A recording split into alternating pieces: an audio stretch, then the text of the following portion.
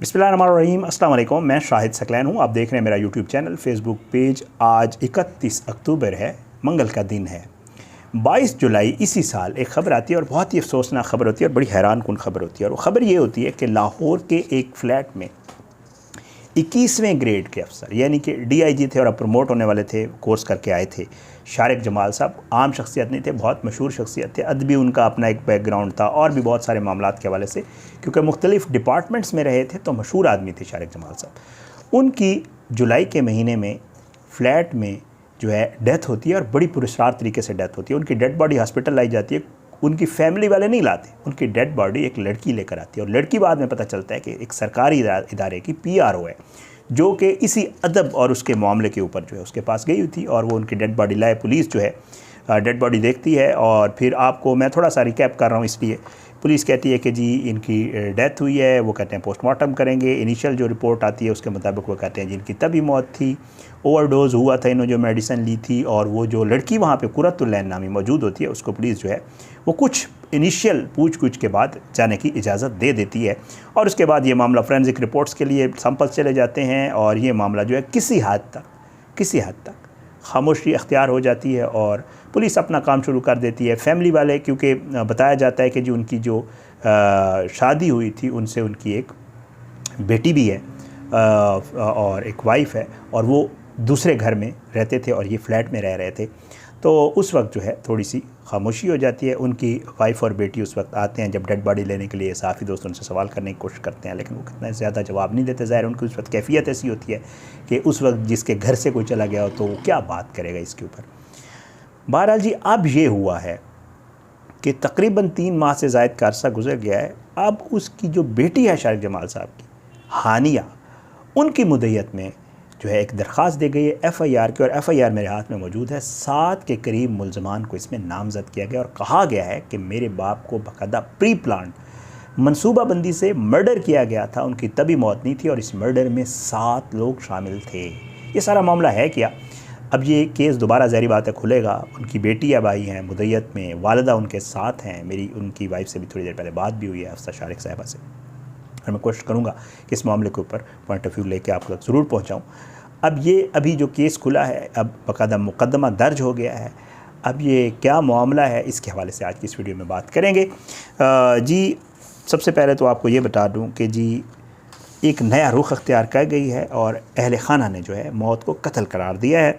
और इनकी बेटी जो है उनकी दरख्वास्त पर मुकदमा दर्ज कर लिया गया है और कत्ल की दफ़ात के तहत 7 मुल्ज़मान को नामज़द कर दिया गया है। नामज़द मुल्ज़मान कुरतुल्लैन, मंसूर इलाही, समीउल्लाह नियाज़ी, शुएब इमरान, जावेद भट्ट, अदील और सग़ीर शामिल हैं।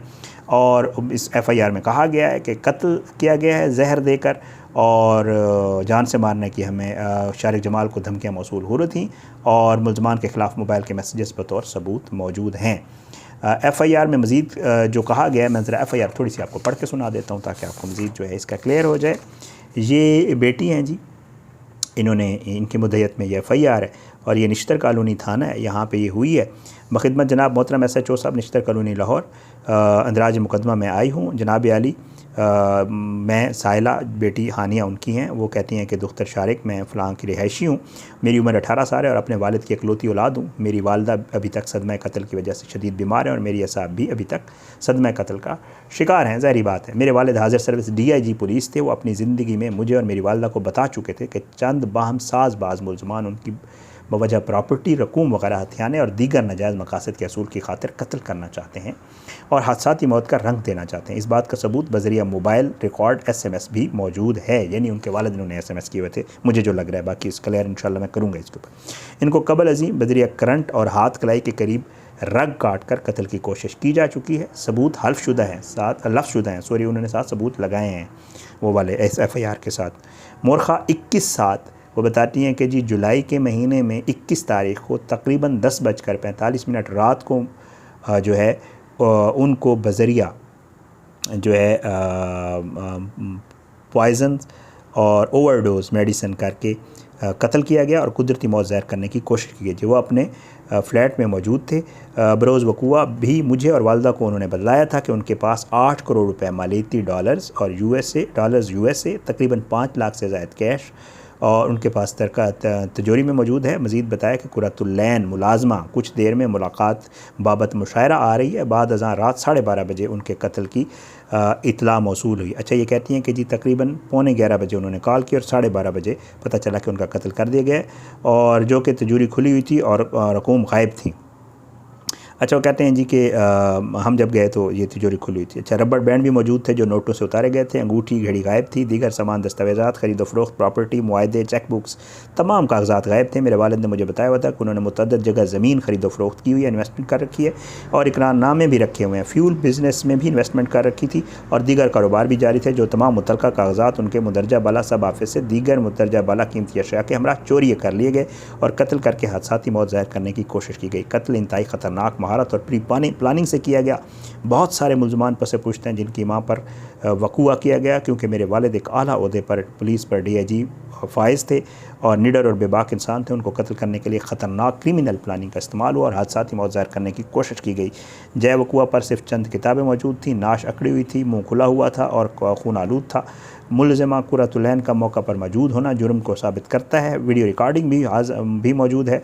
मुलज़िम समीउल्लाह नियाज़ पंजाब बैंक का मुलाजिम है, वो भी इसमें शामिल है। बोगस वगैरह चीज़ें, जाली रसीद वगैरह और ये बनाने में, ट्रांजैक्शन वगैरह में मुलज़मान कुर्रतुल-लैन, मंसूर इलाही, समीउल्लाह नियाज़ी, शुएब इमरान जावेद भट्ट और अदील सग़ीर और दीगर ने हमाम साजबाज करके मेरे वालिद को कत्ल किया है। कुदरती मौत ज़ाहिर करने का कोशिश की है कि mobile data, SMS videos, mobile record, तस्वीर, कैमरा रिकॉर्डिंग वगैरह और केमिकल जो वो है अपना आ गई है रिपोर्ट। दीगर सबूत और शवाहिदों से वाज़ेह है कि तमाम वक़ूआ साइला और मेरी वालदा के इल्म में है।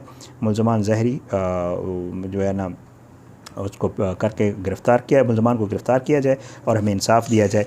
ये बाकायदा तौर पर उसकी बेटी की तरफ से जो है 7 मुल्ज़मान के ख़िलाफ़ अब जो है एक मुकदमा दर्ज किया गया है।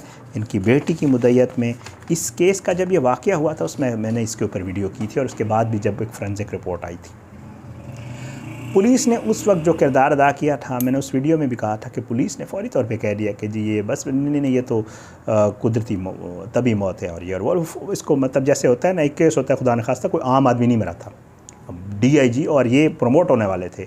मुझे पता चला था कि ये उस वक्त कोर्स करके आए थे और ये प्रमोट हो रहे थे, शायद अभी अगले ग्रेड में जाने वाले थे।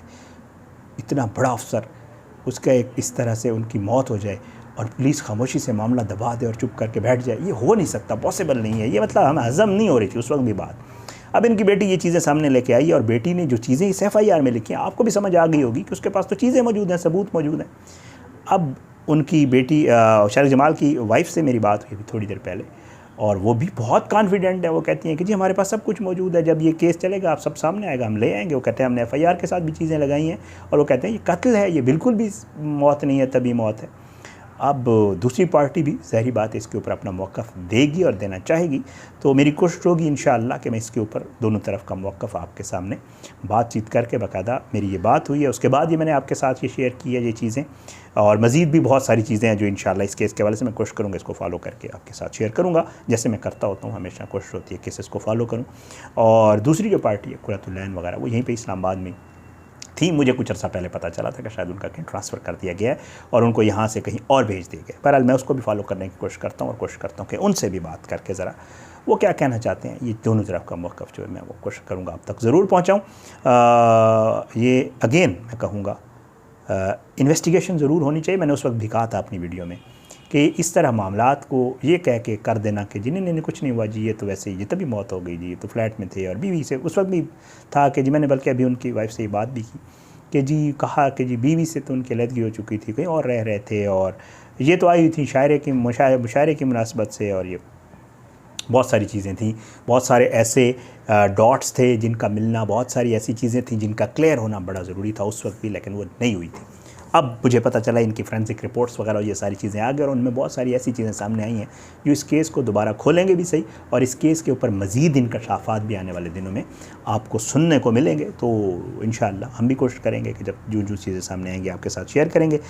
आपने अपनी दुआओं में हमें याद रखना है, अल्लाह पाकिस्तान कामयाब नासिर हो, इसके ख़िलाफ़ साजिशें करने वालों को नेस्त नाबूद करे, अल्लाह ज़ालिमों को इबरत का निशान बनाए, मज़लूमों को इंसाफ मिले। हमें अपनी दुआओं में याद रखा करें जी, और इंशाअल्लाह अगली वीडियो में मुलाकात होगी बशर्ते ज़िंदगी। पाकिस्तान ज़िंदाबाद। इजाज़त दें, अल्लाह हाफ़िज़।